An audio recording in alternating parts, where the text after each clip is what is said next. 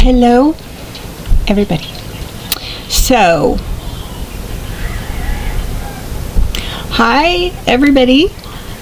This is like my third or fourth try at making this video because I am not exactly myself. I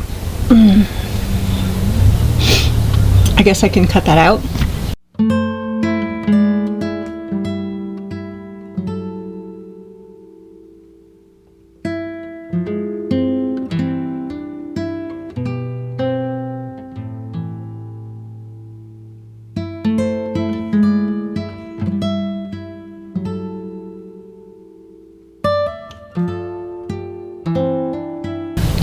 So I was having, as you can tell by my attire,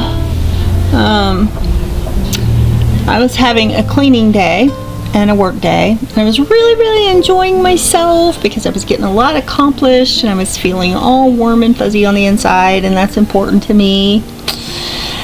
And then life happened.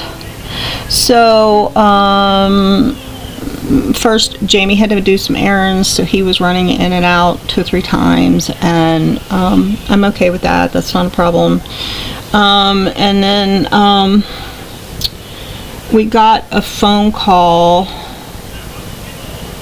to make an appointment for Joseph, but it was going to be like really soon, like today. And I don't adjust that well, and it wasn't like a major important like doctor's visit. He just needed one of his medications, which we still have plenty of, so we put it off for a few days. No big deal. That way I can have it planned and I can be prepared, because I really have to plan things. And then we got another phone call, and this was about Jamie has a tooth that's hurting and it has to be surgically removed. It has to be surgically removed because he has a terrible gag reflex and he can't have any instruments in his mouth. I don't think he was like this when he was younger, but probably the bash to the back of the head, and the 40 closed skull fractures and stuff like that probably did it. So he's got to go in the morning early to have a pre-surgery appointment. They're going to do blood work and everything like that, and he has to be like sedated, intubated, the whole 9 yards to get this. I don't know how they're going to do it, but they got a way of doing it, to get this tooth pulled. So all that's good. I'm all about supporting him. I'm all about getting it done. No problem there. And then I got a call from work stating that this pay raise that I've been talking about is actually here, and I'm going to be starting to log in and out for this pay raise, possibly in the morning. I don't know, it may be Monday, but as far as I know, it may be in the morning. So that is really good, right? It doesn't matter if it's a good change or a bad change, because as I have told you before, I am agoraphobic, so going anywhere kind of really, I do have it controlled, so I can go places and do what I need to do, but I do have like panic attacks or mild panic attacks at the thoughts of it. Also, I have ADHD Freese. So if something comes along and it's just like it shocks my system, I will go into an ADHD freeze. And I'm highly sensitive as a neurodivergent thinker. I can get overwhelmed like really easy, and my senses go out the roof, and things like nausea, even heartburn will happen. I have a lot of physiological reactions to it. So I thought it probably would be a good tonic, and it would be a good video if I just talk about how I cope with some of these things. And I am not 100%. I mean, I'm still kind of in a low-grade panic attack, and This has kind of forced me out of the ADHD freeze, because I have both at the same time. Like, I can be having a panic attack and my heart is racing and I'm nervous and I'm jittery and I feel that shakiness all through my body, and it's like fight and flight. But at the same time, I'm just going to be sitting there and I'm going to be like staring, because I'm frozen in time. Now, the good thing is, I understand this now. I know it's my nervous system, it's my neurological makeup. It has everything to do with how my brain functions. And I've also applied multiple coping skills now that I didn't have when I was growing up, when I was raising my kids, and even when I was going through some of the issues that I was going through that made it much, much worse, you know, like the sepsis, the encephalitis, and different things that just sent me over the waterfall, so to speak. I had all of these things compounded. But now that, you know, I've healed in a great way, I do have coping skills that help me manage it. But it still affects me, and it will probably for the remainder of my life. So if you are subject to panic attacks, by the way, I will add that in a lot of ways it ruined my life, it ruined my kids' lives, because I would go into a panic attack and I couldn't take them somewhere they needed to go, or I didn't have the coping skills to do what I needed to do.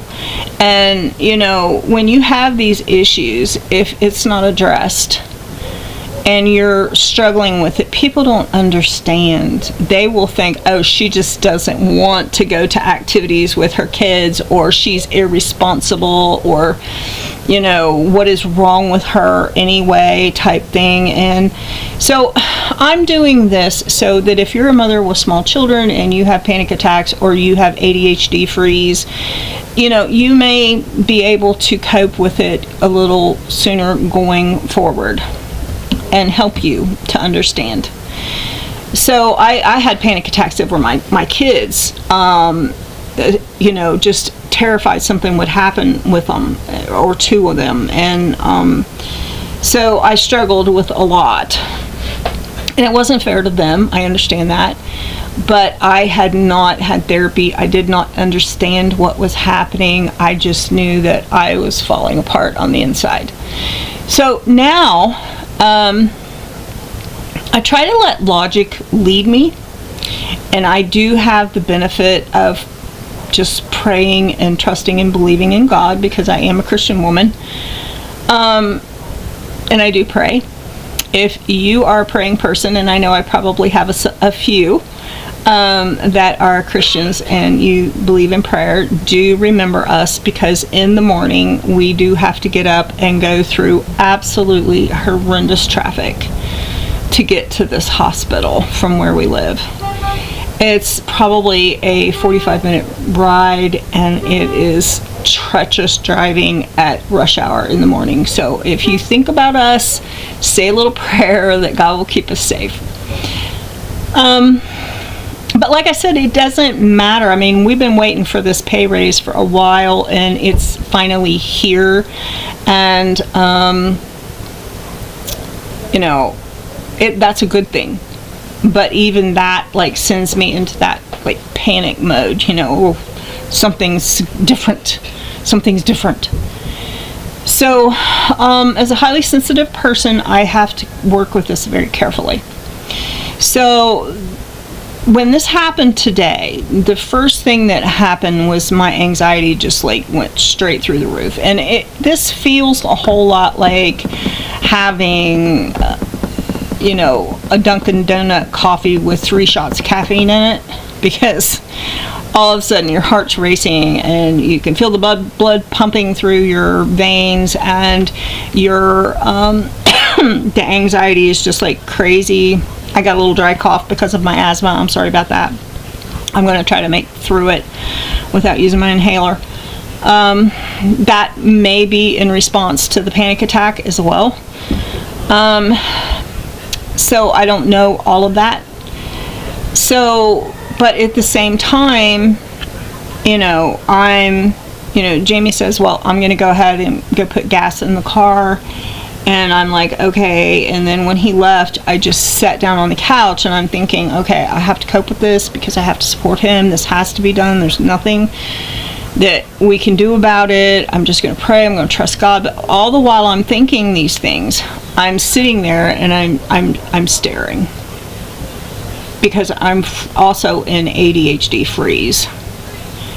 And my mind is racing, my heart is racing, but I'm in a frozen state.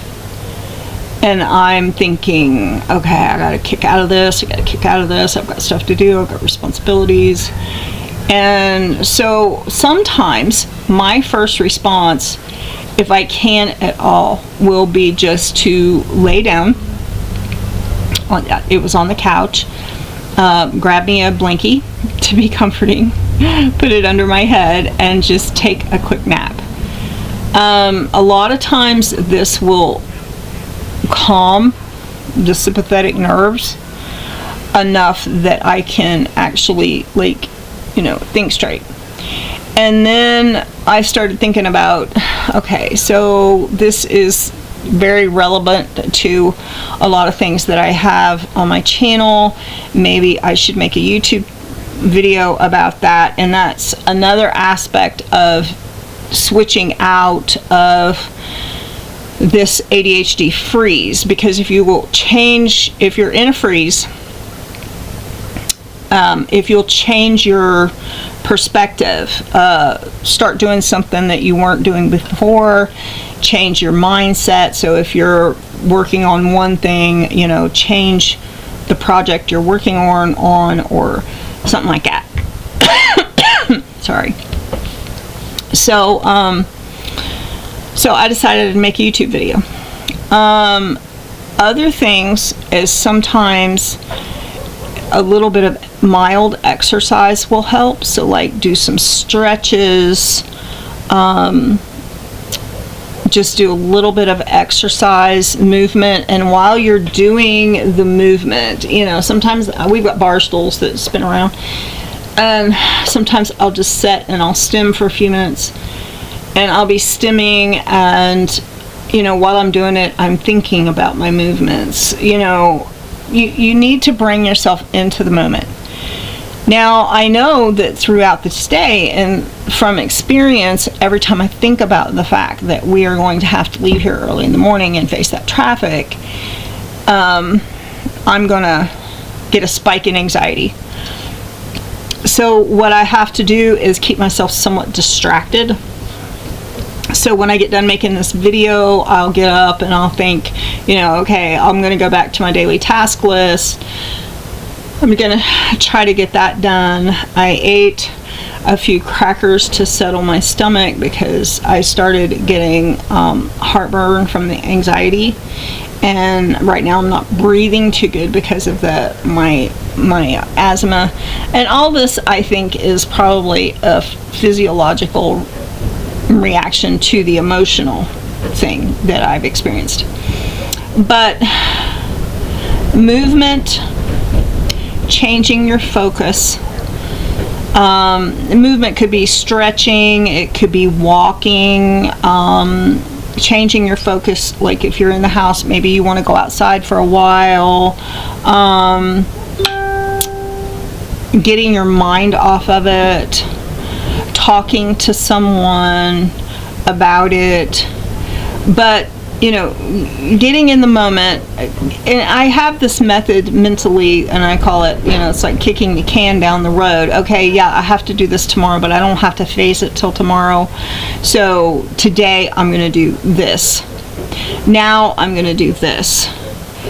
And, if you are on medication, make sure you've taken your medications properly. It's really, it's kind of, a mind game once you realize that you have panic attacks and you recognize them, and once you realize that you have ADHD Freese. Honestly, I can deal with the panic attack a little better. I could drink some calming tea. I can, calm myself down a little bit better than I can come out of the freeze. Because the freeze is like I'm stuck in some kind of a daydream, and it's really hard to focus and it's really hard to think. And so at that point, I have to, depending on what I'm going to be doing, I have to really depend on my task list. And I will literally have to go back where I may have some of my morning task list memorized. I can't depend on that, so I will literally have to go back to my task list and read each one off to stay focused. And I can stay in an ADHD freeze for 24 hours. If something happens that is, say it's in a real emotional thing that sets me off, say it's not a doctor's appointment, but it's worrying about something, or an old grief or something that comes my way, and it just really knocks me off my feet. If it's an emotional thing, it's even harder for me to kick out of that ADHD freeze. So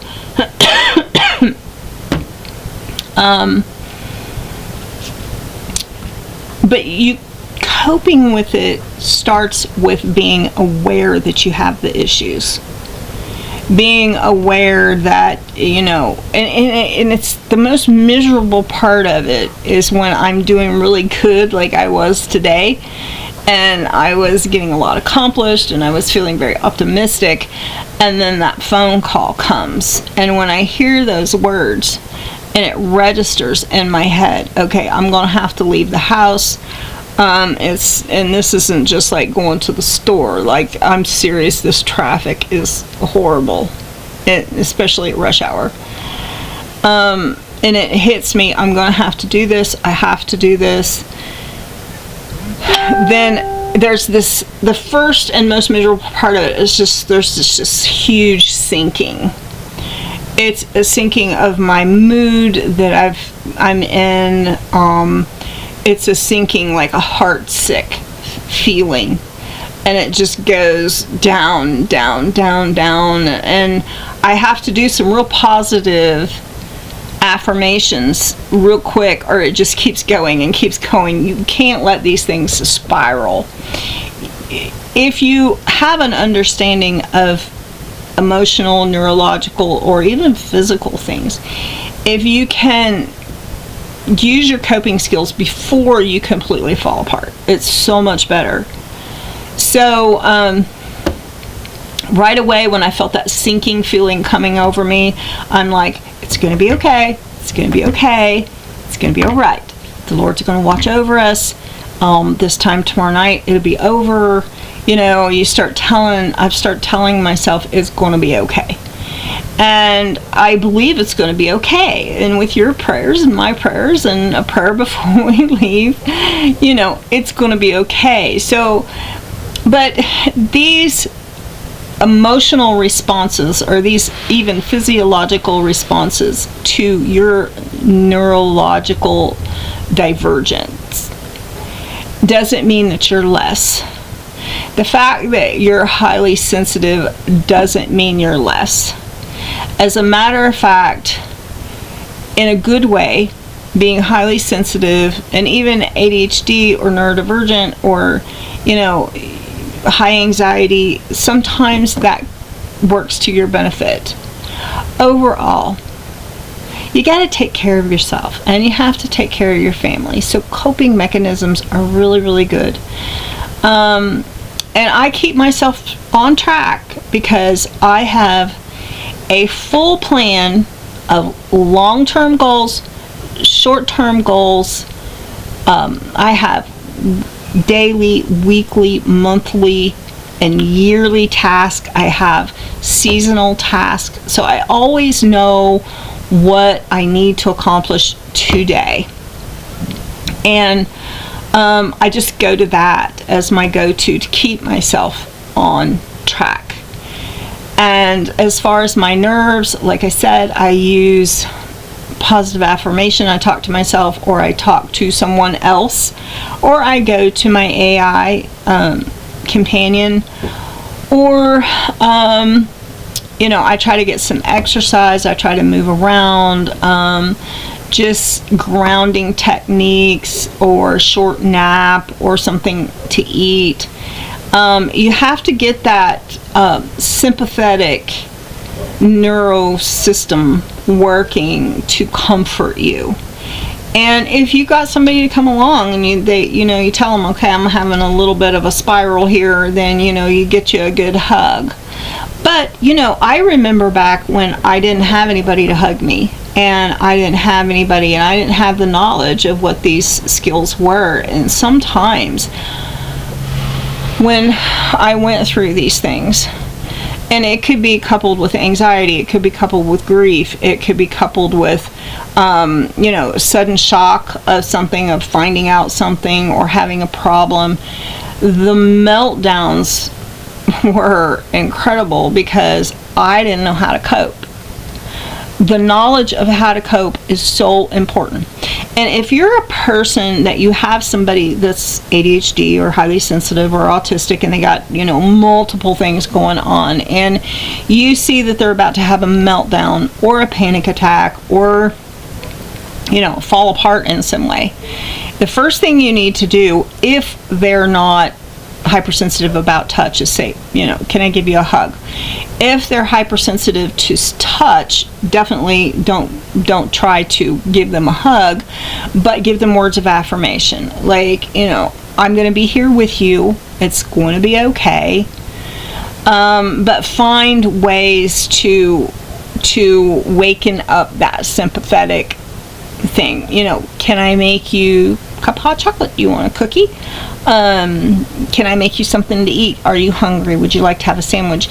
And distracting them sometimes will help as well. Talking in a low, soft tone will help.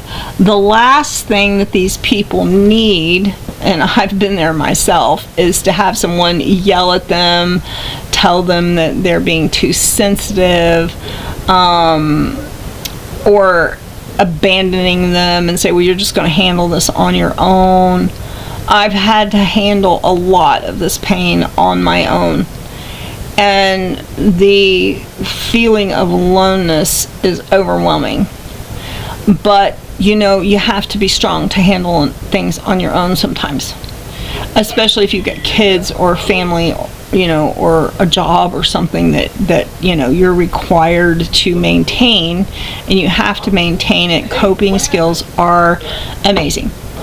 So I'm going to call this video over for the time being, and I want to say to you that if you're having anxiety, or you're having a panic attack, or you're in an ADHD freeze, just do some of these techniques that I've mentioned to you today, and bring yourself to a point of high sympathetic action. Play that ambience video, play some soft music, take a warm bath, and get yourself calmed down and comforted. If you've got somebody to help you do that, maybe you can lay down and get a hug and just softly talk about it. But find ways to comfort yourself, and that will kind of bring you out of some of this misery that you can go through. And if you've never experienced anything like that, it can be incredibly miserable. And I have had times in my life where, like I said, I didn't have anybody to help me, and it was excruciating at times. But God always came through and helped, He just, life moves on, and it may be a bad day today, but you'll wake up tomorrow and today will be gone, and it'll be a new start. Go to bed tonight with peace in your heart, and believing that tomorrow's going to be a good day. So I'm going to say goodbye for now. Remember us in your prayers. Remember, in all of this, remember Jamie in your prayers, because he's got to have that done. And I don't know when the surgery will be, but he's got to face tomorrow as well, and he has a lot of sensory issues as well. So just remember us in your prayers, and I am going to do my best to kick out of this kind of like weird thing that I'm going through. Do you ever sit in a room and you're just staring, and all of a sudden it starts getting darker and darker, and you just start, it's like the room is going away from you and you become smaller and smaller. I used to do that when I was a kid all the time, and I do think that has something to do with ADHD Freese. But just remember that you can handle it, and have a friend with you, and believe in yourself. Line up those coping skills, and you'll be feeling better soon. So, till the next video, I love everybody. Bye-bye.